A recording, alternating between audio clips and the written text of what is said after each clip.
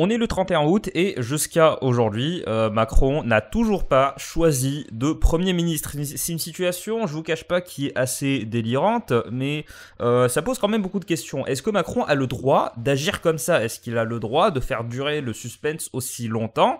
Je vous divulgue immédiatement la réponse. La réponse est oui, oui, il a tout à fait le droit.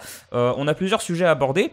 Déjà, le fait que Emmanuel Macron avait écarté l'option d'un gouvernement du NFP, donc pour ceux qui ne se souviennent pas, le NFP, ils avaient proposé la désignation de Madame Castet au poste de Premier ministre et Macron avait rejeté l'idée d'un gouvernement NFP. Il avait évoqué la stabilité institutionnelle pour une raison très simple, c'est que l'Assemblée nationale elle est composée, donc le groupe NFP, donc Nouveau Front Populaire, ils sont minoritaires. On a à peu près un tiers. Si jamais on a un gouvernement NFP, il sera immédiatement censuré par les autres groupes, les groupes de centre, autant que les groupes de droite centristes, on va dire centre-droit, autant que les groupes de droite. Absolument tous les groupes qui ne sont pas strictement de gauche vont vouloir censurer un tel gouvernement. Peut-être même qu'il y a certains radicaux de gauche ou alors certains députés de centre-gauche qui seraient capables de censurer ce gouvernement. Je vous rappelle que, contrairement à la procédure de destitution, les députés, il suffit juste qu'ils soient en majorité pour qu'ils lancent une motion de censure et qu'ils censurent le gouvernement, ils provoquent une chute du gouvernement. C'est exactement ce qui risque d'arriver. Pourquoi? Parce que le NFP, on a beau dire, le NFP, voilà, c'était des formations qui étaient assez hétéroclites. Franchement, on a vachement vanné le NFP à cause de ça. Moi, je trouve au contraire que c'est plutôt cool. Pour une fois qu'on a un groupe, voilà, qui essaie de faire l'union, vous aurez l'impression que j'essaie de leur faire la part belle. En fait, c'est pour mieux les tailler par la suite. Le problème, c'est qu'il y avait des groupes qui étaient très, très, très différents les uns des autres. Sauf que aujourd'hui, ils sont moins divisés qu'avant, c'est-à-dire avant le NFP, mais c'est pas pour autant qu'ils sont unis. On a un groupe qui s'appelle Socialistes et Apparentés, on a un groupe écologiste à l'Assemblée nationale, et on a un groupe qui s'appelle LFI, Nouveau Front Populaire. Et les filles, Nouveau Front Populaire, la France Insoumise. Le problème, c'est que, il s'agit un peu d'une psychose centriste. Vous savez ce que je pense de ça? Non, la France Insoumise n'est pas un parti. Je sais absolument pas ce que la caméra est en train de faire actuellement. Du coup, je vous disais, non, le NFP n'est absolument pas un groupe de communistes, socialo-marxistes, léninistes qui vont causer l'URSS 2. Absolument pas. Il faut essayer quand même de rester raisonable. Le NFP, certes, c'est quand même une gauche qui est assez poussée, mais ce n'est pas une ultra gauche qui va qui va rétablir les goulags. Voilà, faut arrêter cette psychose. Mais par contre, ils ont quand même des idées qu'on peut juger assez radicales par rapport à d'autres députés, d'autres groupes de l'Assemblée nationale. Ça, par contre, on peut pas leur enlever. Donc c'est ça le problème. Donc, désolé pour le petit bug tout à l'heure, je ne comprends pas exactement ce qui s'est passé. Le problème, c'est que le NFP, on a beau dire, ça reste quand même la coalition de LFI. Ça reste quand même la coalition de la France Insoumise. Donc, ça reste un peu la coalition de Mélenchon. Mélenchon qui a passé sa carrière à être une figure d'opposition, à être un tribun d'opposition. Mélenchon n'a jamais, au grand jamais, donné l'illusion, ne serait-ce que l'illusion, de pouvoir être quelqu'un qui serait capable de gouverner. Malheureusement, ce qui fait que cette tâche, on va dire, j'aime pas utiliser ce mot parce que vous aurez l'impression que je suis partisan alors que pas du tout, mais l'empreinte de LFI se fait quand même vachement ressentir. C'est ça le problème. Le problème, c'est que voilà, vous avez un groupe qui s'appelle LFI Nouveau Front Populaire, ils vont se dire non, attention, c'est un gouvernement d'ultra turbo extrême gauche, ce qui fait que Macron a raison pour l'instant, au nom de la stabilité institutionnelle. Par contre, ça c'est ce qu'il dit, il a raison. Mais la véritable raison de pourquoi est-ce qu'il ne veut pas choisir un Premier ministre, pas nécessairement du NFP, mais pour l'instant, pourquoi est-ce qu'il ne choisit pas de Premier ministre? Déjà, pourquoi est-ce qu'il ne choisit pas de Premier ministre du NFP? C'est très simple. C'est que il a tout à fait le droit de ne pas le faire. Il avait rejeté, alors ça avait causé des manifestations, donc le fait qu'il avait écarté l'idée, ne serait-ce que l'idée d'un gouvernement NFP, ça a causé certaines, des manifs, on a une centaine de manifestants à Morlaix qui réclament la nomination. On dit pas nomination, bordel de chien, on dit la désignation. Nomination, c'est un anglicisme qui vient du mot nominee, quelqu'un qui est désigné en anglais, mais on ne dit pas nomination, bon sang, bonsoir, on dit désignation. C'est très simple, on a un mot français pour ça, pas la peine d'utiliser d'autres mots. Donc, il y a eu des manifestations, voilà, c'est pour vous dire que voilà, les gens ils sont énervés, ils aiment pas le fait que Macron ne choisisse pas quelqu'un qui soit issu du NFP au poste de Premier ministre. Madame Castet, Lucie Castet, parce que il a tout à fait le droit de ne pas le faire. La France n'est pas un régime parlementaire comme les autres. C'est un régime parlementaire qu'on désigne, on peut appeler ça comme on veut, après, moi je dis après éminence présidentielle, c'est-à-dire que le président a globalement tous les pouvoirs, généralement tous les pouvoirs.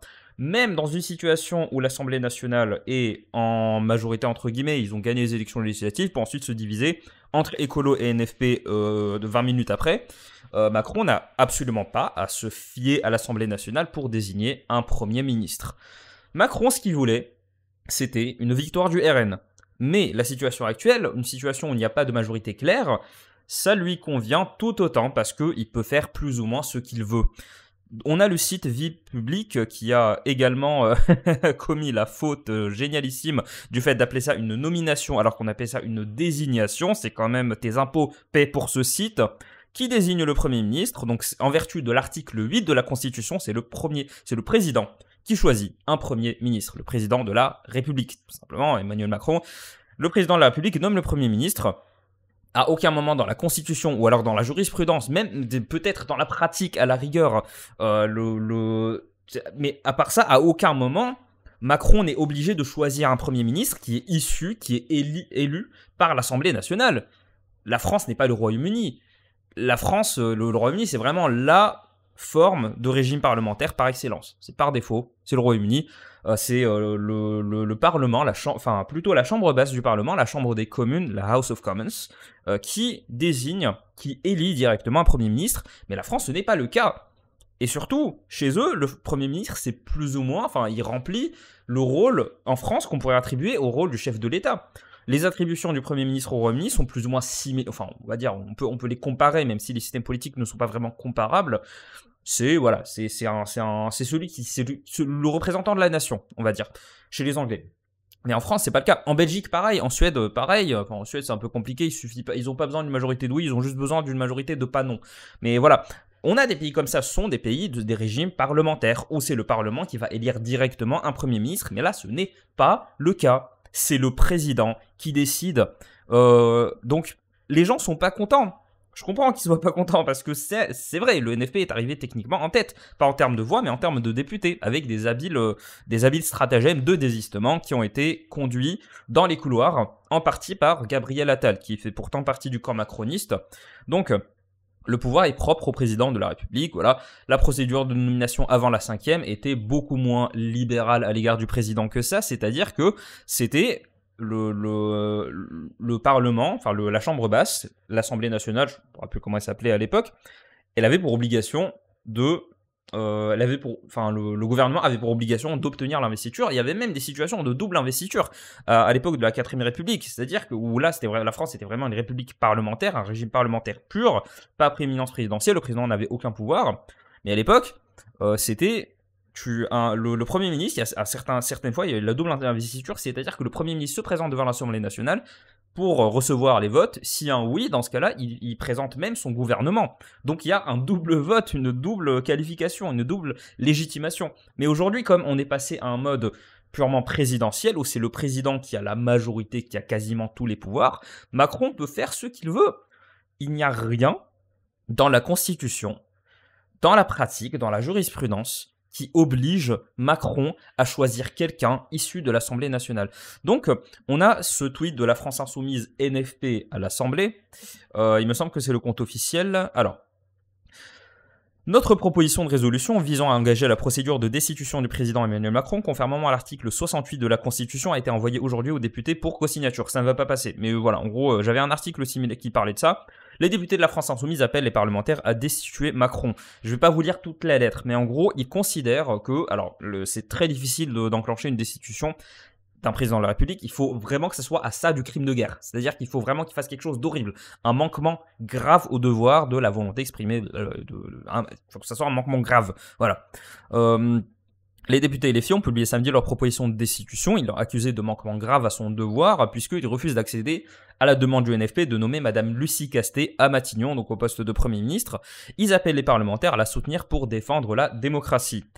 MDR majuscule au MOD et OR. La procédure de destitution du chef de l'État, régie par l'article 68, est longue et difficile à faire aboutir et nécessite l'approbation des 2/3 des parlements réunis en haute cour.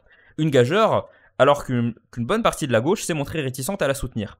Je poursuis la lecture. L'Assemblée comme le Sénat peuvent et doivent défendre la démocratie contre la tentation autoritaire du président de la République dont nous savons où elle s'arrêterait.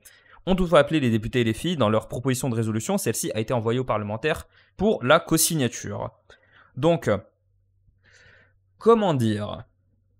Non, absolument pas. Je vais vous lire un passage qui m'a interpellé. Donc voilà, ça c'est leur lettre. C'est le tweet qu'ils ont émis pour déclarer le fait qu'ils envoyaient la résolution pour destituer M. Emmanuel Macron, qui encore une fois c'est une procédure qui est très difficile, mais c'est faisable.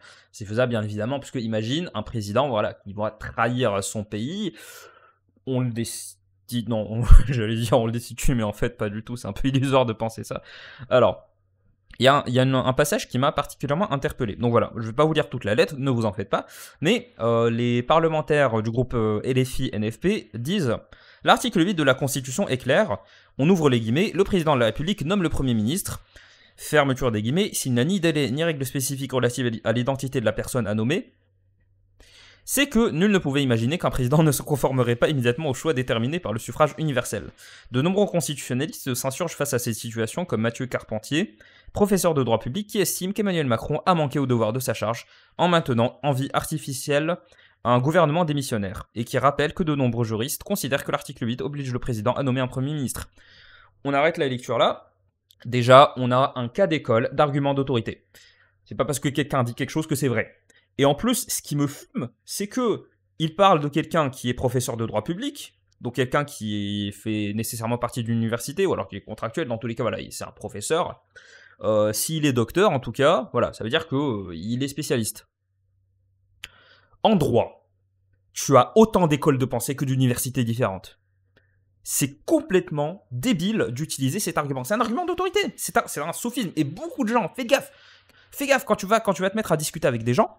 Des fois, ils vont te balancer. Tu sais qu'en fait, les experts disent que tel truc. Déjà, le mot les experts, ça veut absolument rien dire. Enfin, il n'y a pas une discipline, je ne connais pas une discipline où tous les chercheurs, c'est-à-dire ceux qui publient des travaux, que ce soit des articles, des études, des bouquins, qu'ils soient tous d'accord. Ça n'existe pas. Je vous mets au défi. Trouvez-moi une discipline. Une discipline, et je parle bien de discipline, pas de sous-branche, de sous-branche, de sous-discipline à la con. Une discipline où tous les chercheurs sont d'accord, ça n'existe pas. En droit, c'est encore plus le cas. Pourquoi? Parce que le droit, malgré la rigueur que la profession nécessite, que la profession de juriste nécessite, eh bien, il y a une interprétation, loin d'être un gouvernement prétorien comme c'était le cas pendant l'Empire romain, comme c'est encore le cas dans certains pays.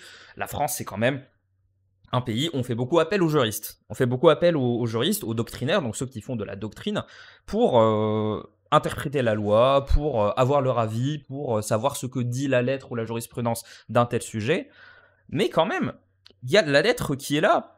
On ne va pas se fier à des chercheurs, sachant que les chercheurs, même eux, ne sont pas d'accord entre eux. C'est un argument d'autorité. Fais gaffe. Si quelqu'un te dit, les experts disent tes trucs, il te manipule. Il te prend une partie des experts pour ensuite te dire, voilà, il dit ça, en occultant totalement l'autre côté de la médaille, pour essayer de faire passer son argument. Ça s'appelle un argument d'autorité. Je vous ferai remarquer que dans la plupart des cas, les gens sont incapables de dire précisément ce que les experts pensent. Donc, déjà, c'est un argument d'autorité. En plus, ce que j'aime beaucoup, c'est qu'il soulève l'article 8 qui dit que le président de la République nomme le Premier ministre. Ce qui me fume, c'est cette phrase. En gros, il n'y a pas de procédure plus spécifique que ça dans la Constitution parce que personne ne pouvait s'imaginer qu'un président pouvait ne pas aller immédiatement, pouvait ne pas être favorable au choix du suffrage universel.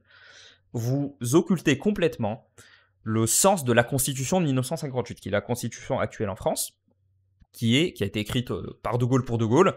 Bon, pas exactement par De Gaulle, c'est peut-être un comité, mais c'est une Constitution présidentielle qui donne beaucoup plus de pouvoir que ça, excusez-moi, au président de la République. Il n'a absolument aucune obligation de choisir quelqu'un qui est élu par l'Assemblée. C'est pas que... Pourquoi est-ce qu'il n'y a pas précisé comment est-ce que le président choisit un Premier ministre? Ce n'est pas parce qu'il ne pouvait pas s'imaginer qu'il n'allait pas aller dans la même direction que le suffrage universel. Non. C'est parce que c'est une constitution qui, dans son esprit, vise à donner un maximum de liberté au président de la République pour qu'il puisse faire ce qu'il veut, pour qu'il puisse aller au-delà d'une assemblée réfractaire. Si tu veux comprendre le sens de la constitution de 1958, tu n'as pas à aller plus loin. La constitution de 1958 vise à protéger le président d'une assemblée nationale qui essaierait de le destituer, de dissoudre le gouvernement, qui serait beaucoup trop dans l'opposition.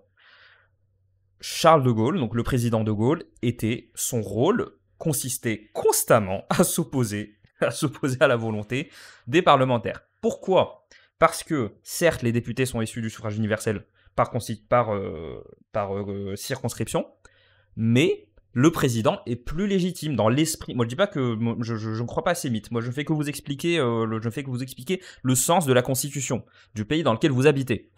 Même si les députés sont élus au suffrage universel, le président de la République est directement lui-même, tout seul, issu du suffrage universel, ce qui fait que il est au-dessus, en fait. L'esprit de la Constitution de 1956, c'est que le président est au-dessus. Donc, il fait ce qu'il veut. Je refuse de croire qu'il parle de bonne foi. Quand j'ai lu ce passage, j'ai explosé de rire. Je me suis dit, mais en fait, vous avez nié...